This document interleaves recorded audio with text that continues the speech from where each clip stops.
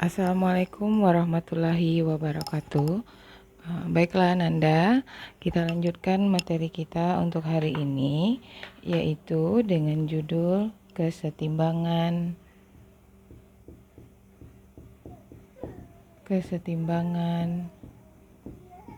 benda tegar.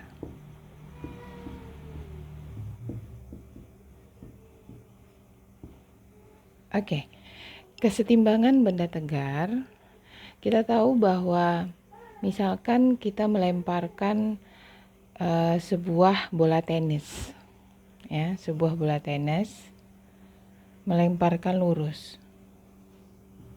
Dalam pikiran kita, bola tenis itu hanya melakukan satu gerak, yaitu gerak lurus atau kita kenal dengan nama gerak translasi.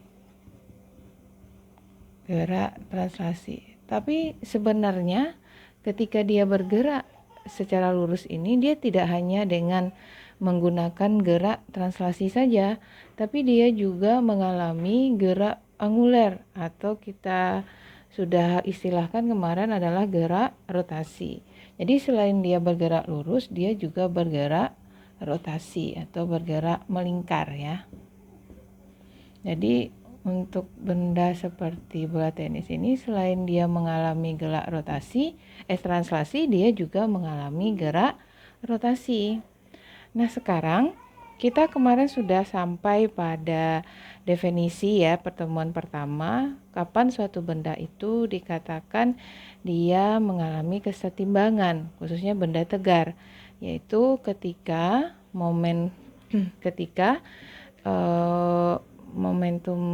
momentumnya sama dengan 0.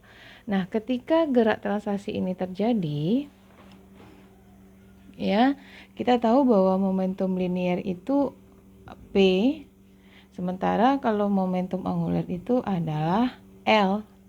Maka kalau seandainya kita lihat pada gerak translasi, untuk gerak translasi, waktu kita belajar momentum, kita tahu bahwa delta P itu sama dengan sigma F kali delta T. Maka kalau kita sederhanakan ini, delta P-nya per delta T sama dengan sigma F. Nah, untuk benda tegar, ketika dia itu dalam keadaan setimbang, maka momentumnya itu sama dengan 0. Akibatnya sigma F-nya sama dengan 0. Maka apabila benda ini sigma F-nya sama dengan 0, maka dia disebut sedang mengalami keseimbangan dalam kondisi translasi. Berarti sigma F-nya sama dengan 0. Nah, bagaimana dengan gerak rotasi? Kita tahu persamaannya kalau untuk momentum linier pada gerak translasi itu P, berarti pada gerak rotasi momentum itu lambangnya L. Maka di sini nanti delta L sama dengan, yang membuat benda bergerak translasi adalah gaya, sementara yang membuat benda bergerak rotasi adalah momen gaya. Maka di sini sigma tau kali delta T. Penanalogian, ya. Nah, akibatnya persamaan ini menjadi apa? Delta N per delta T sama dengan sigma tau.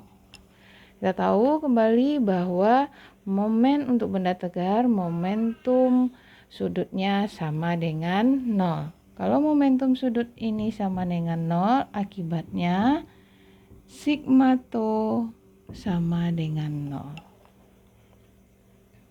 Nah, berarti untuk kesetimbangan benda tegar,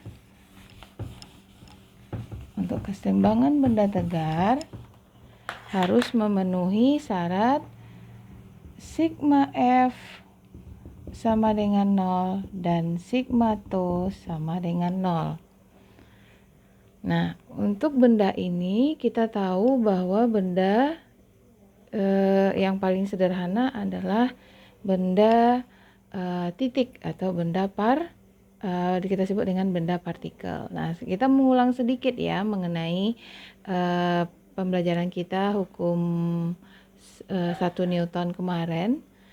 Untuk sigma F sama dengan 0 atau kesetimbangan partikel.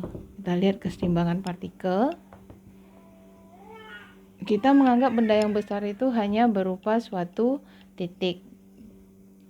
Kesetimbangan partikel misalkan ini ada benda, kita ikatkan dengan tali seperti ini.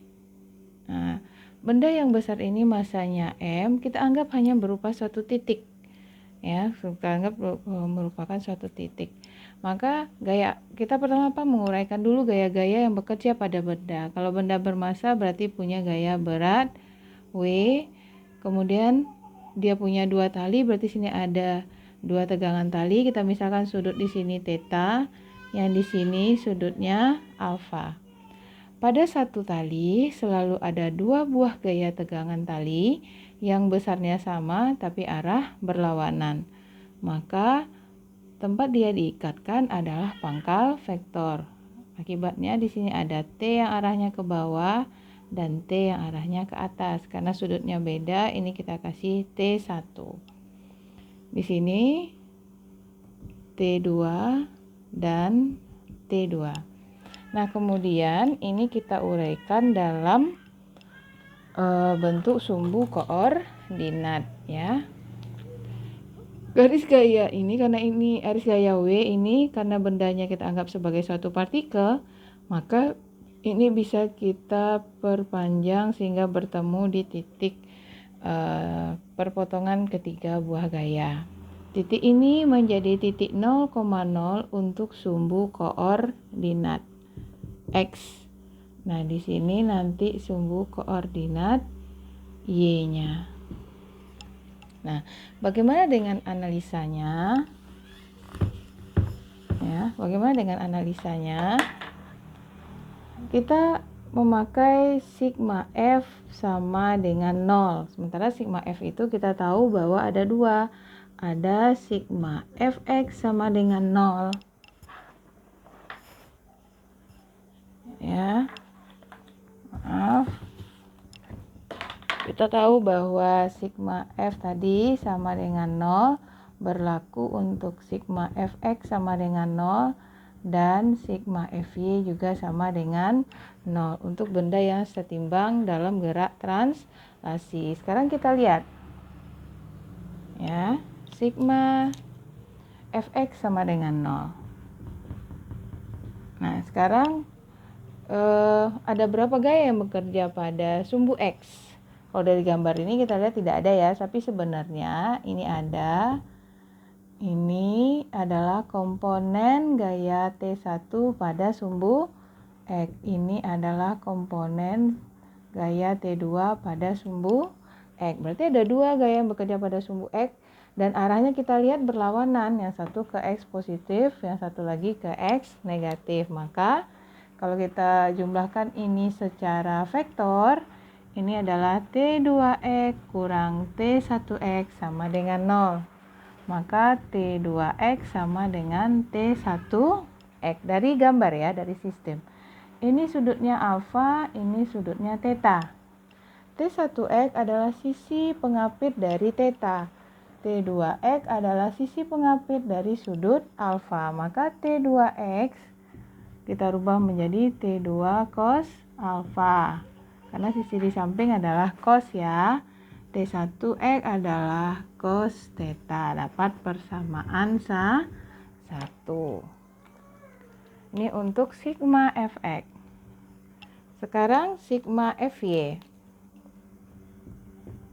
Sigma Fy sama dengan 0. Ada berapa gaya yang bekerja pada sumbu Y? Yang nampak saat ini ada W, tapi sebenarnya ada proyeksi untuk T1X, T1Y, maaf, ada proyeksi untuk T2Y. Akibatnya ada 3, ada W ke bawah, T1X ke T1Y ke atas, T2Y juga ke atas. Maka yang arah positif kita bikin T1Y tambah T2Y kurang W sama dengan 0. Nah, akibatnya T1Y tambah T2Y sama dengan W. Kemudian kita rubah T1Y itu sisi di depan sudut theta. Kalau sisi di depan kita pakai sinus. T1 sin theta tambah T2 sin alfa sama dengan W. Dapatlah ini persamaan 2. Nah, kita lihat nanti apa yang diketahui dari, maaf tidak nampak, kita hapus ya, Ibu ulang dulu ya. Kita lihat dari sini ke sini, T1Y T1 sin theta tambah T2 sin alfa sama dengan W. Ini adalah persamaan 2. Nanti untuk mencari nilai T1 dan T2-nya itu bisa kita substitusi atau eliminasi tergantung apa yang diketahui dan apa yang ditanya. Oke Nanda, ini untuk kesetimbangan partikel.